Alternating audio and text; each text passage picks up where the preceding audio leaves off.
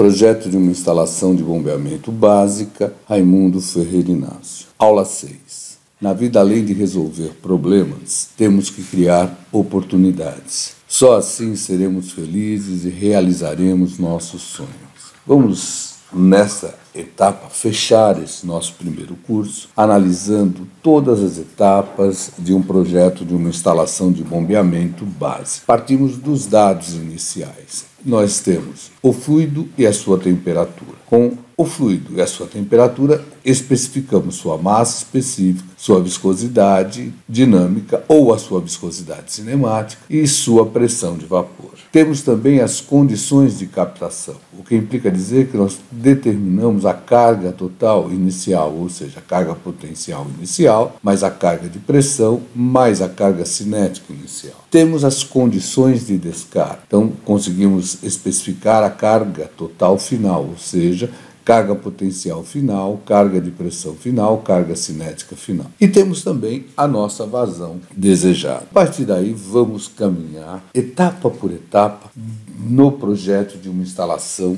hidráulica de bombeamento básico. Partimos inicialmente do dimensionamento da tubulação. Iniciamos o dimensionamento sempre pela tubulação após a bomba, ou seja, a tubulação de recalque. Com a aplicação da instalação e conhecendo a vazão desejada, lembrando da terrível fórmula, o alemão que vá, mas lembre, só vou com a velocidade média, como temos a vazão. E como temos essa velocidade recomendada, nós podemos determinar a área da seção do fluido. Tendo a área da seção do fluido, considerando que o conduto é forçado, nós vamos ter automaticamente a área da seção do conduto. Vamos partir do caso mais comum, onde trabalhamos com conduto forçado de seção circular. Tendo essa área, automaticamente nós vamos ter um diâmetro de referência. Agora, e como que eu vou achar essa velocidade econômica? Como que nós vamos especificar o material mais usado? Lembre-se, isso sempre para a tubulação após a bomba, tubulação de recalque. Então nós temos aqui, por exemplo, uma tabela em função da aplicação da instalação, nós temos as chamadas velocidades econômicas. Algumas vezes um único valor, outras vezes uma faixa de valor. E aqui o material mais utilizado até hoje para a sua condução. Vamos tentar aprender com um exemplo, ou seja, aprender fazendo. Problema 51. Uma instalação de bombeamento foi projetada para transportar amoníaco com vazão de 3,2 litros por segundo. Pede-se dimensionar os tubos da mesma. Ora, vamos considerar a tabela anterior e nós temos lá que para o amoníaco a velocidade econômica seria 1,8 metros por segundo e o material mais usado ainda o aço. Com essa informação do aço, nós já sabemos que vamos consultar a norma ANSI B3610. Então nós temos, partindo da velocidade econômica e lembrando do alemão que vá, nós temos a vazão igual velocidade econômica, conduto de seção circular, então π, diâmetro de referência ao quadrado sobre 4. Achamos um diâmetro de referência igual a 47,6 milímetros. Com esse diâmetro, partindo para a norma ANSI B3610, a B3619 seria para o aço inoxidável, nós vamos ter algumas características destas normas. Temos o diâmetro nominal, e lembrando que esse diâmetro nominal, quando eu vou de 1/8 até 12, ele não corresponde a nenhuma dimensão física dos tubos. De 14 até 36, ele vai coincidir com o diâmetro externo. Para os tubos nominais, se fabricam várias espessuras de parede em função da pressão de trabalho. No caso do aço, seria a 3610, no caso do aço inoxidável, a 3619.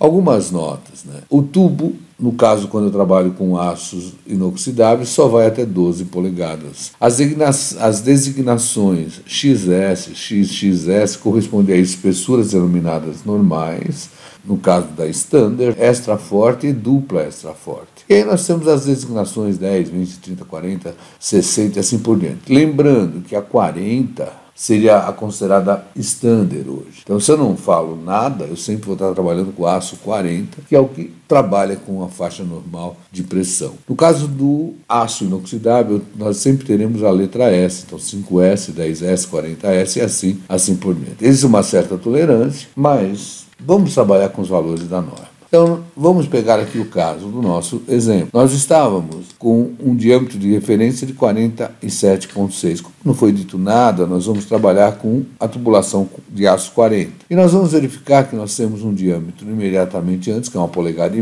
40, com diâmetro interno 40,8, e vamos ter de 2 polegadas, 40, 52,5. Então, a nossa referência está entre esses dois valores. Então, teria 1,5 polegadas e teria 2 polegadas. Se a instalação for considerada pequena, ou seja, o custo da bomba mais o motor mais o de operação é mais significativo do que o custo da tubulação em si, eu sempre vou optar pelo diâmetro maior, porque eu não estou preocupado em economizar no tubo em si, na escolha da bomba. Então, nesse caso, nós trabalharíamos com a tubulação de 2 polegadas. Se a instalação fosse considerada grande, ou seja, o custo da bomba, do motor e de operação é menos significativo do que o custo dos tubos em si, dos acessórios, eu tentaria economizar na tubulação e aí eu optaria pela 1,5 polegadas.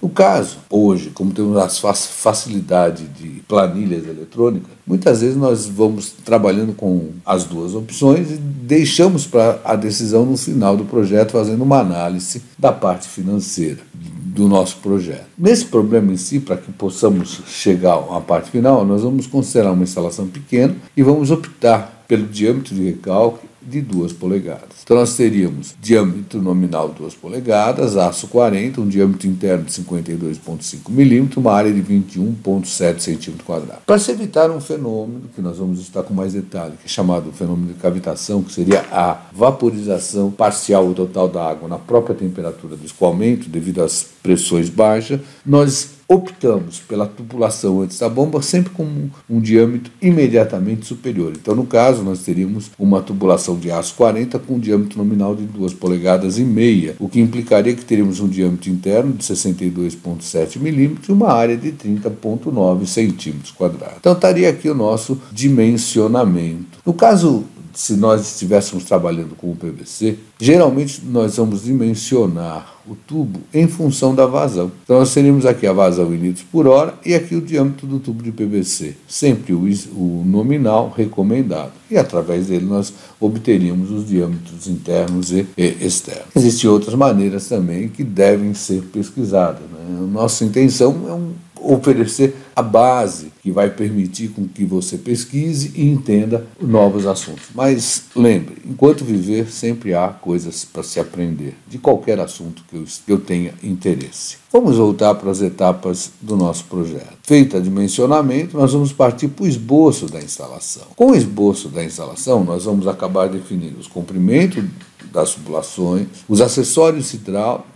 Isso vai nos permitir determinar os seus comprimentos equivalentes e ainda poderemos estabelecer todas as cotas, inclusive o caminho, o melhor caminho para o escoamento do nosso fluido no projeto. Um exemplo, vamos considerar aqui uma instalação, nós temos a bomba, tubulação antes da bomba. Aqui temos uma válvula de pé com crivo, uma redução concêntrica, nipples duplos, uma curva, uma redução, aqui uma válvula de retenção, uma válvula controladora de vazão, outra curva, outro nipple, curva e até uma saída nova. Aqui nós temos os comprimentos. Vamos procurar trabalhar com esse exercício supondo o seu desenvolvimento. Então aqui nós teríamos, olha, 1. A válvula de poço da Bipel de 3 polegadas, 2. A redução concêntrica da tupi de 3 para 2,5, 3. Curvas fêmeas de 90 graus e 2,5, 4. Uma redução concêntrica de 2,5 para 2 da tupi, 5. Uma válvula de retenção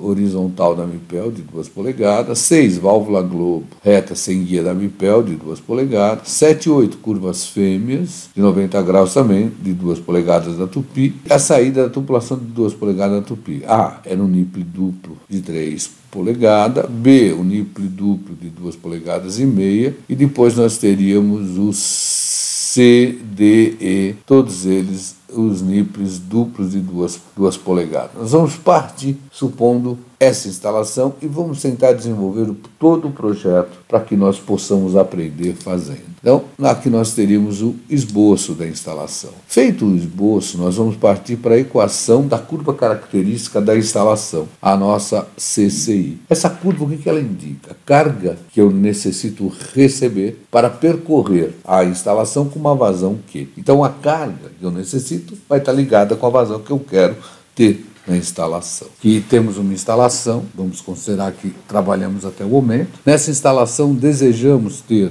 uma vazão de 4,2 litros por segundo. Estamos transportando água a 25 graus Celsius. E o nosso objetivo neste problema 52 será determinar a equação da CCI, ou seja, a equação da curva característica da instalação. A CCI representa a carga que o fluido necessita receber para percorrer a instalação que está sendo projetada com uma vazão Q. Ela sempre será obtida aplicando-se a equação da energia da seção inicial até a seção final e muitas vezes ela ficará em função do coeficiente de perda de carga distribuída, o nosso F, e da vazão.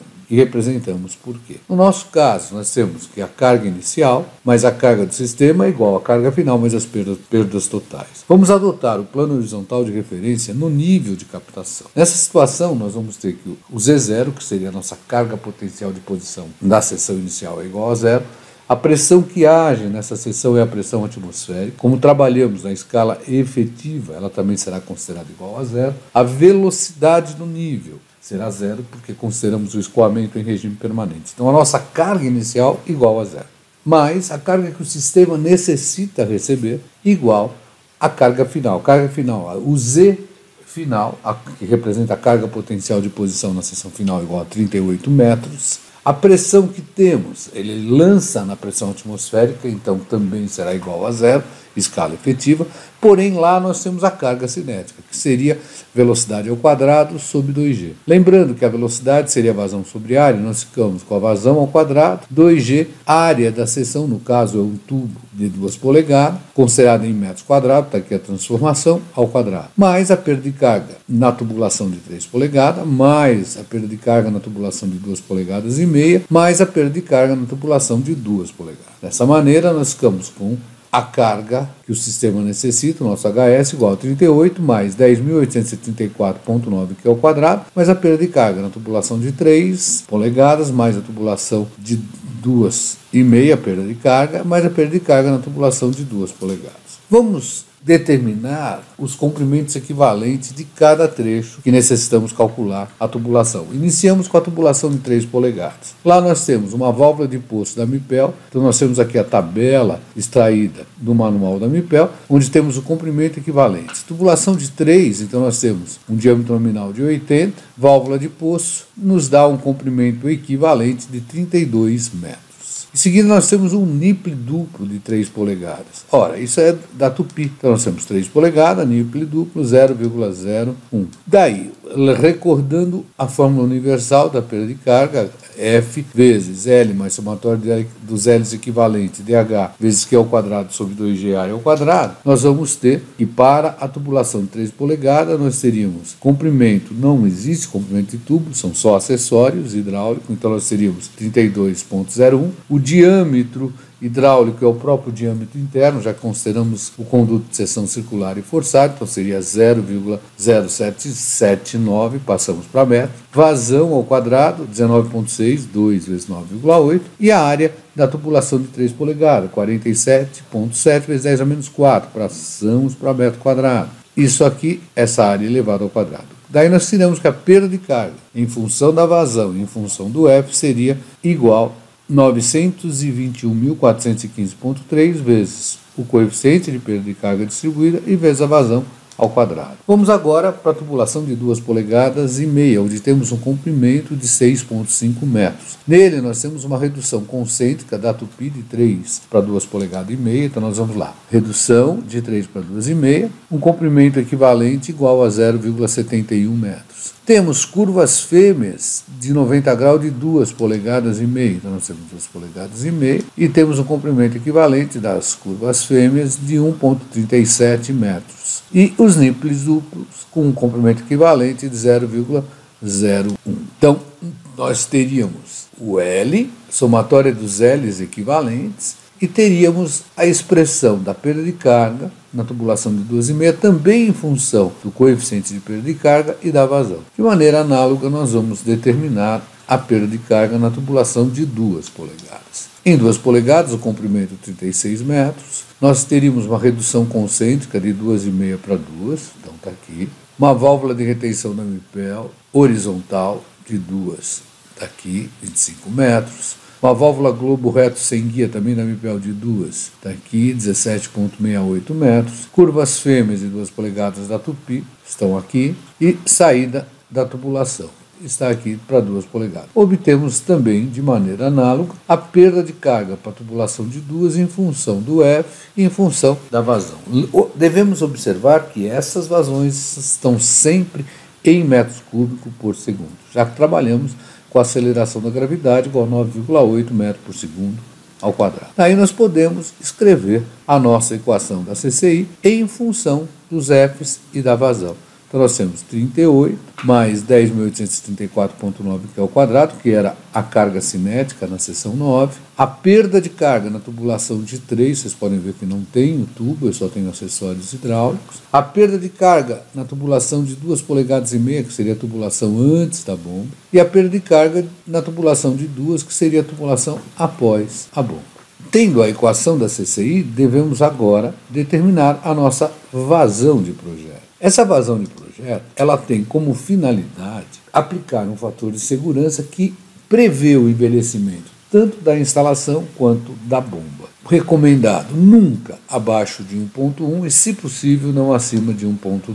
Vamos considerar o nosso fator de segurança mínimo, então seja 1,1. Nós tiramos então que a vazão de projeto seria 1,1 vezes 4,2, que seria a nossa vazão desejada, obtemos uma vazão de projeto de 4,62 litros por segundo. Tendo a vazão de projeto, nós vamos para a escolha preliminar da bomba. Vamos considerar como sendo um novo problema. Então, para a instalação anterior, escolha a bomba e especifique o seu ponto de trabalho. Iniciamos sempre essa etapa escolhendo os fabricantes de bomba. Então, aqui temos algum KSB, bombas Leões, Grunfo, bombas da Schneider, da Inbil, da Sulzer. Uma coisa que devemos esclarecer, como a bomba centrífuga é a mais utilizada, nessa etapa inicial estaremos escolhendo uma bomba centrífuga. No nosso caso, nós vamos optar em trabalhar com a KSB. Se vocês desejarem ter acesso às curvas da KSB de um certo modelo de bombas, está aqui o endereço na web. Lá vocês terão acesso às curvas fornecidas pelo fabricante.